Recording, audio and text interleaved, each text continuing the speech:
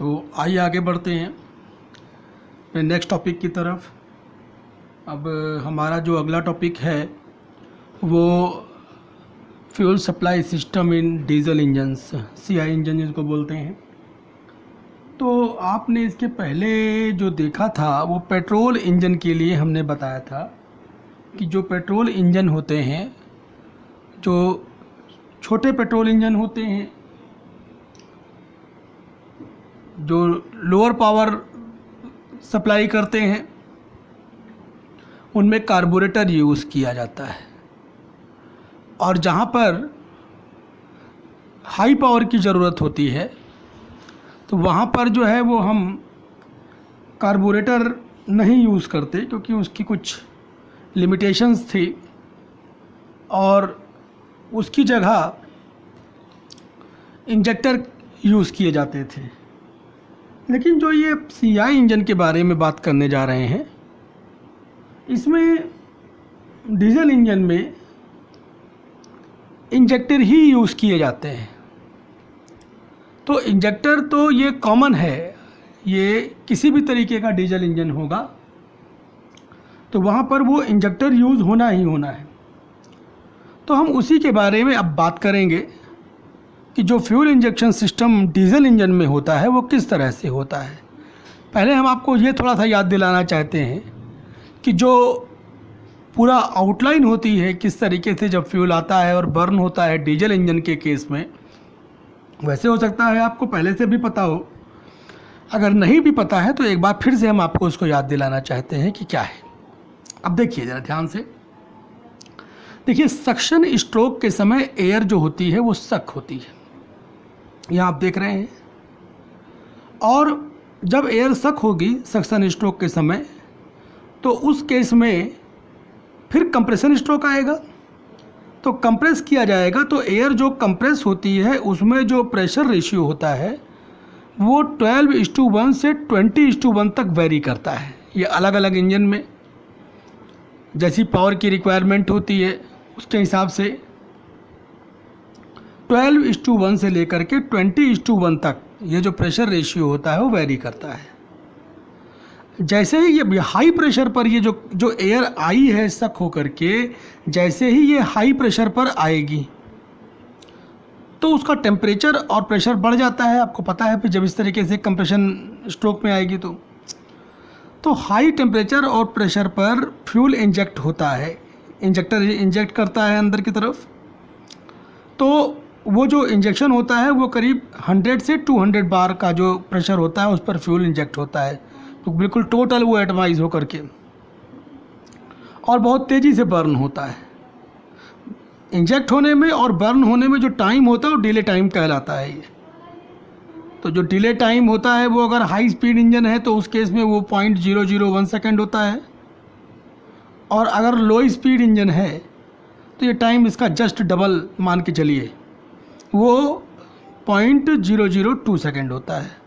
एक हम मोटे अनुमान में ये बता दें कि हाई स्पीड लो स्पीड के बीच में, या फिर ये बोल दें कि 0.001 सेकेंड से 0.002 सेकेंड के बीच में ये वैरी करता है। जितना भी कम ये डिले टाइम या डिले पीरियड होगा, इंजन की परफॉर्मेंस उतनी ही अच्छी मानी जाती है। ये इंजन की परफॉर्मेंस को ये जो है ये रिफ्लेक्ट करता है डिले टाइम। जैसे ही फ्यूल आया तुरंत बर्न हो गया, टाइम नहीं लगा, बहुत हाई परफॉर्मेंस है। जैसे सेंसिटिविटी के बारे में हम बात करते थे पीछे और एरर के बारे में, तो उसी तरीके से यहाँ पर भी है कि लेस डिले पीरियड होगा या टाइम होगा तो उस केस में जो इंजन की जो परफॉर्मेंस होती है वो बहुत ज़्यादा होती है। तो ये सब समझ में आ गया होगा आपको। अब ये पूरा ये सिस्टम है, यही है फ्यूल सप्लाई सिस्टम। तो अब इसमें जो है अलग अलग तरीके से जो सिस्टम बनाए गए और पिछले समय जो यूज़ किए जाते रहे पुराने समय में, और अब जो नया एडवांस समय आया इस बार जो इसमें जो है नई जो गाड़ियाँ आ रही हैं हाई पावर के लिए, तो इनमें क्या क्या चेंजेस किए गए वो सब सारी बातें हम अभी आपसे बताने जा रहे हैं। वही सब आगे के जो लेक्चर्स हैं उस पर डिस्कस करेंगे। तो एक अच्छा जो फ्यूल इंजेक्शन सिस्टम होता है उसके अंदर क्या क्या चीज़ें हमको चाहिए। अगर मान लीजिए कि हमको ख़रीदने जाना है या हमको इसको डिज़ाइन करना है तो उसमें क्या क्या चीज़ें, क्या क्या बातें ध्यान रखना चाहिए। पहली बात तो ये होनी चाहिए कि should inject fuel at a definite period, एक पर्टिकुलर पीरियड पर। तो वो तो अपना एक सिस्टम होता है, मैकेनिकल सिस्टम होगा, उसमें कैम शाफ्ट लगा होता है, कैम ऑपरेटेड इस तरीके के वॉल्व्स होते हैं उसके साथ होता है, या फिर जो इंजेक्टर में लगे होते हैं, या फिर जो है वो इलेक्ट्रोमैग्नेटिक वॉल्व्स होते हैं, उसके थ्रू इसको जो है कंट्रोल किया जाता है, या फिर जो है ये कंप्यूटर कंट्रोल होता है। तो जैसी रिक्वायरमेंट होती है उसके हिसाब से, जैसा भी हमको, जैसी इंजन की कॉस्ट उसी के हिसाब से बढ़ जाती है। आप सब लोगों ने पहले भी सुना है कि अगर मान लीजिए उसमें ऑटोमेशन होगा, कहीं पर भी अगर CPU अगर आ जाएगा तो कॉस्ट बढ़नी तय है। फिर कहता है कि metered amount of fuel and it's control.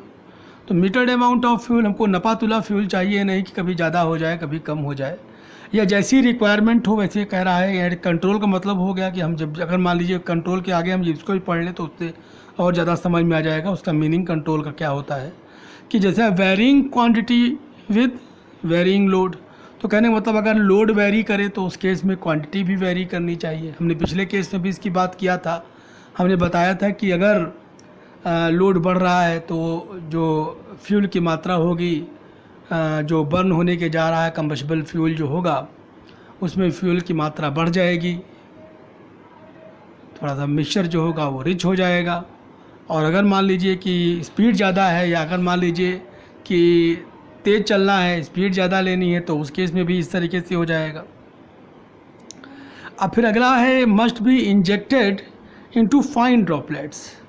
तो वो जो फ्यूल है वो फाइन ड्रॉपलेट में इंजेक्ट होना चाहिए, बिल्कुल छोटे छोटे ड्रॉपलेट में, ताकि उससे जो है जलने में कोई प्रॉब्लम ना हो फ्यूल को, मतलब बर्न होने में, बर्निंग। क्योंकि अगर और जितनी ज़्यादा फाइन ड्रॉपलेट्स रहेगी उतना ही ज़्यादा डिले टाइम कम हो जाएगा। तो फाइन ड्रॉपलेट्स का मतलब है कि डिले टाइम को हमको कम करना है उसे। तो डिले टाइम, तो ये जो ड्रॉपलेट्स हैं जितनी ज़्यादा फाइन होंगी, जितनी ज़्यादा बहुत ही स्मॉल साइज़ की होंगी, उतना ही कम जो है डिले टाइम लगेगा और उतनी इंजन की परफॉर्मेंस बढ़ जाएगी। तो ये सबसे इम्पॉर्टेंट चीज़ है कि अगर इंजेक्शन हो रहा है तो वो हाई प्रेशर पर होता है, और नोज़ल की जो नोज़ल अलग अलग टाइप के नोज़ल होते हैं, नोज़ल के बारे में भी हम आगे बात करेंगे। तो वो नोज़ल पर भी डिपेंड करता है और प्रेशर पर डिपेंड करता है कि कितने प्रेशर थे। जो जैसे यहाँ पर आप देख रहे थे कि जो फ्यूल का इंजेक्शन हो रहा था वो ड्रॉपलेट में हो रहा था 100 से 200 बार पर, वो ये चीज़ है। कह रहा fuel distribution should be uniform in case of multi cylinder. अलग अलग सिलेंडर हैं बहुत सारे, तो उसमें जो फ्यूल का डिस्ट्रीब्यूशन है वो यूनिफॉर्म होना चाहिए। ये ना हो कि किसी सिलेंडर में ज़्यादा फ्यूल जा रहा है, किसी में कम जा रहा है। तो उस केस में क्या होगा कि पावर जो है पावर वेरी करेगी, फ्लक्चुएशन आएगा पावर में, तो ये सारी चीज़ें जो है प्रॉब्लम आएगी उस केस में। यहाँ पर ऐसा नहीं होना चाहिए। फिर कह रहा है कि चीपर होना चाहिए, सस्ता, लेस एक्सपेंसिव, कि हम कम खर्च में जो है उसको जो है ये ऑपरेट कर सकें, और ईज़िली रिपेयरेबल, तो आसानी से हम उसको रिपेयर भी कर सकें। अगर मान लीजिए कभी कोई प्रॉब्लम आए तो उसको हम आसानी से रिपेयर कर सकें। तो ये उसकी जो है खासियत होनी चाहिए। ऐसा हम चाहते हैं कि एक अच्छा फ्यूल इंजेक्शन सिस्टम हो जिसमें ये सारी चीज़ें हों। अच्छा, एक जो फ्यूल इंजेक्शन सिस्टम होता है वो अब हम आपको बताएं कि दो तरीके का यहाँ पर बेसिकली होता है। एक तो एयर इंजेक्शन सिस्टम जो अब यूज़ नहीं हो रहा है, पर पुराने समय में यूज़ होता था। कुछ कमियाँ थी इसकी, अभी वो सारी कमियाँ हम अभी गिनाएंगे, आपको बताएंगे क्या क्या चीज़ें थी। और दूसरे तरीके का सॉलिड या एयरलेस इंजेक्शन सिस्टम, सॉलिड को बोलेंगे एयरलेस इंजेक्शन सिस्टम, बिल्कुल ठीक इस तरीके से। तो पहले वाला एयर इंजेक्शन सिस्टम क्या था, ज़रा उसके बारे में थोड़ा सा समझाएं, बता देते हैं आपको क्या था।